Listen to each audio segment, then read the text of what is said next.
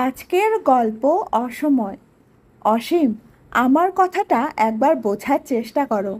এতগুলো টাকা খাতায় কলমে কোনো স্বাক্ষর ছাড়াই দেবরের হাতে দেওয়া ঠিক হবে না কিন্তু। এই সংসার আমার একার ইনকামে চলে। তুমি কে শুনি এই কথা বলার? রেগে যাচ্ছ কেন অসীম? তুমি আমার কথাটা ঠান্ডা মাথায় একবার চিন্তা করে দেখতে পারো।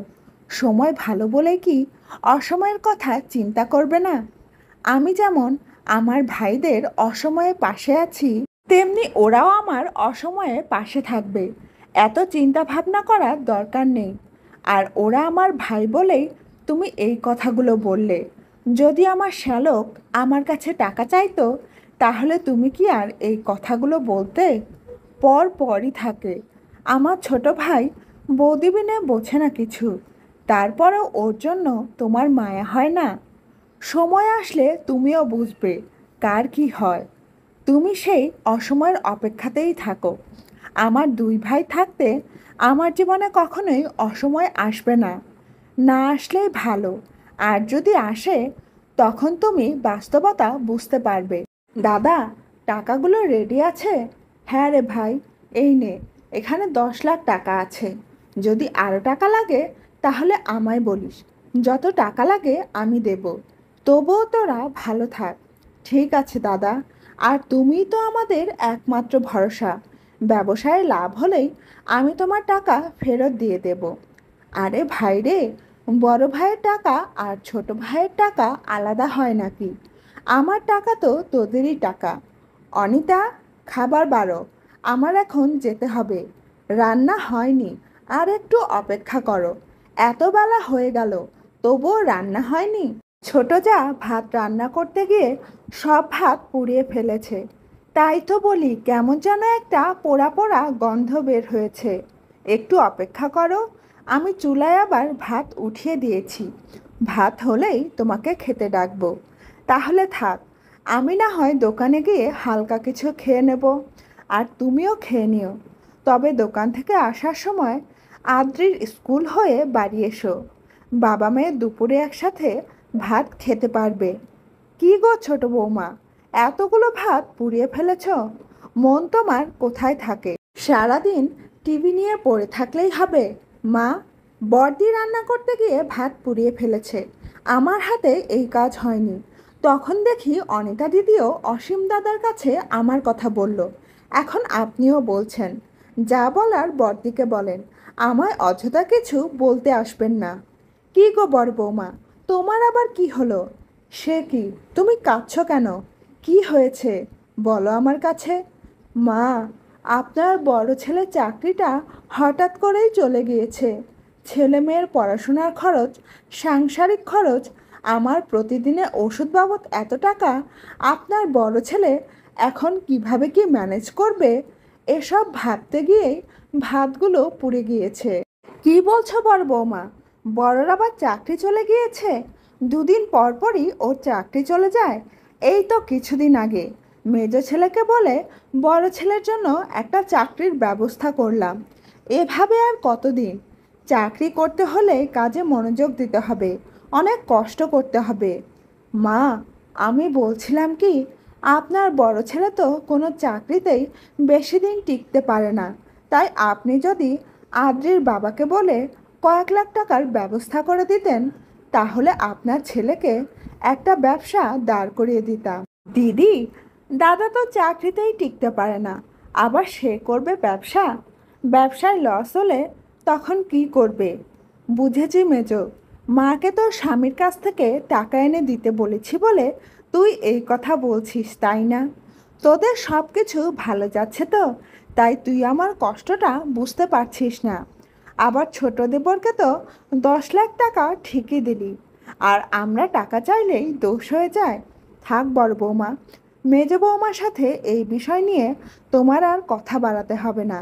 মেজ ছেলেকে বলে আমি বড় ছেলের কিছু একটা ব্যবস্থা করে দিচ্ছি। তুমি একটু ধৈর্য ধরো, ভেঙে পড়ো না। মা, আপনার শুধু আমার স্বামীকেই চোখে পড়ে? আমরা যদি নগদ সব টাকা ওদের হাতে তুলে দেই, তাহলে আমরা কিভাবে চলবো? অসীমের কি ব্যবসা করতে টাকা লাগে না? আমারও একটা মেয়ে আছে, ওর পড়াশোনার খরচ, আবার ওকে বিয়েও দিতে হবে। কী ব্যাপার অনিতা, তুমি মায়ের সাথে চিৎকার করে কথা বলছো কেন? তুমি নিজ চোখে দেখলেই তো আদ্রির বাবা। তোমার ইনকাম এখন ভালো বলে তোমার বউ আমাদের ছোট করে কথা বলে, আমাদের কোনো দামই দেয় না। আজ আমরা টাকার কারণে বড়জা হয়েও বড় মুখ করে কথা বলতে পারি না।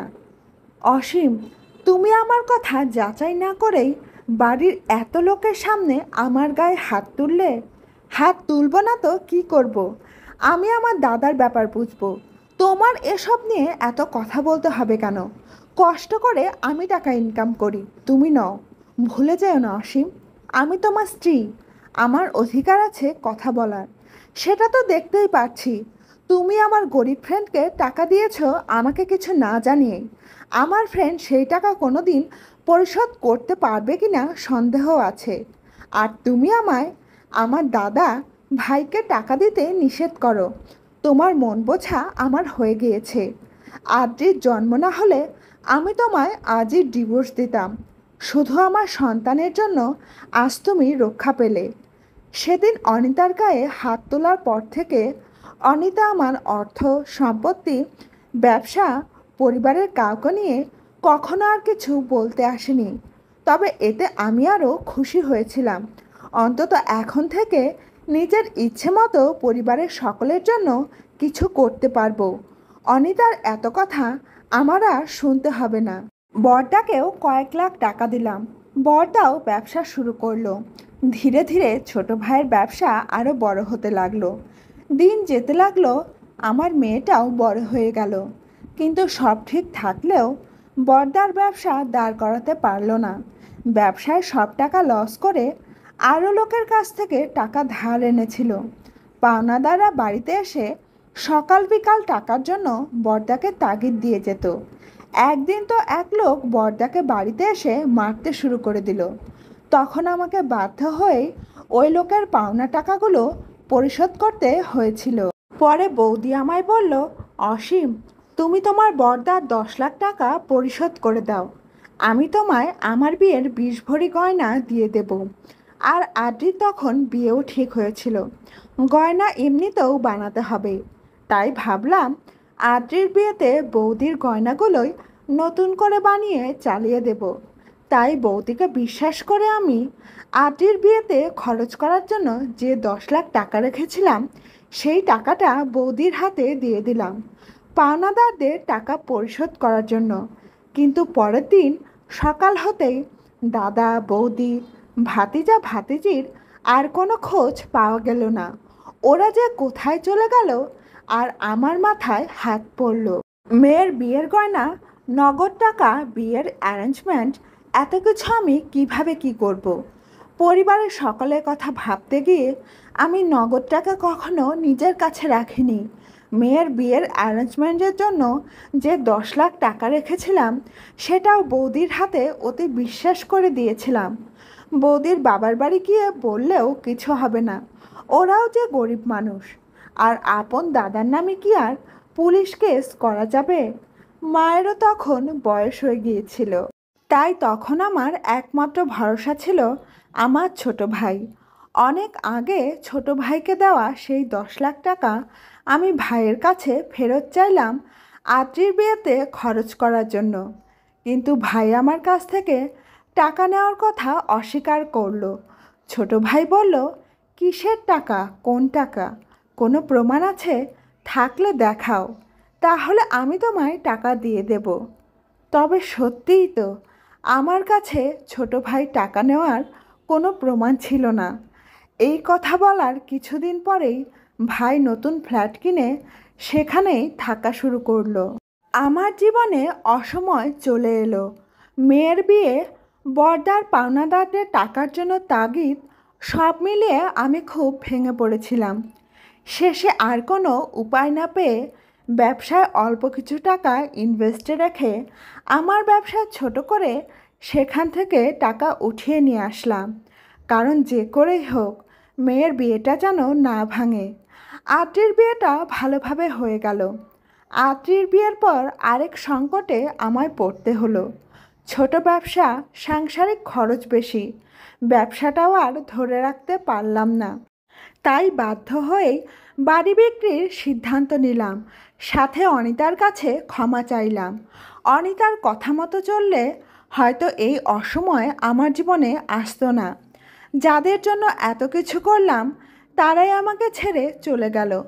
এমনকি আমার মাও ছোট ভাইয়ের সাথে থাকতে চলে গিয়েছিল, কারণ আমি মায়ের ওষুধ টাকার অভাবে ঠিকমতো এনে দিতে পারিনি।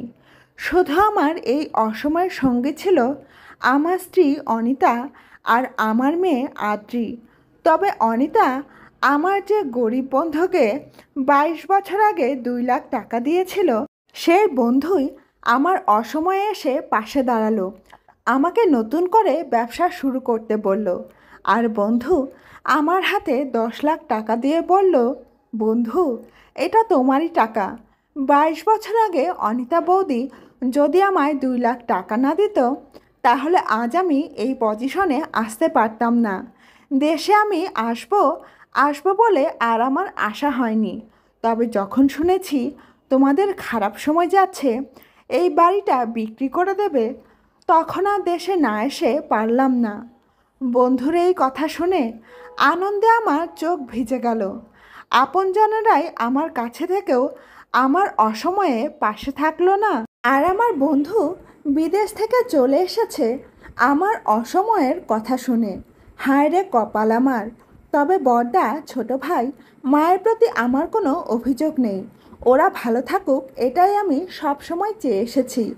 তবে আমার অসময় কেটে যাওয়ার পর অনিতা নিজে গিয়ে মাকে ছোট ভাইয়ের বাড়ি থেকে নিয়ে এসেছে, কারণ মায়ের নাকি ওখানে খাওয়া থাকা নিয়ে কষ্ট হয়। আর অনিতা এখন বলে, যতই আপনজনেরা অসময়ের কারণ হয়ে দাঁড়ায় না কেন, আপনজনদের ছাড়া থাকতে ভালো লাগে না। তবে বড়দা ছোট ভাইকে আমি এখনও মিস করি। বন্ধুরা, গল্পটা কেমন লাগলো কমেন্ট করে জানাতে ভুলবেন না কিন্তু।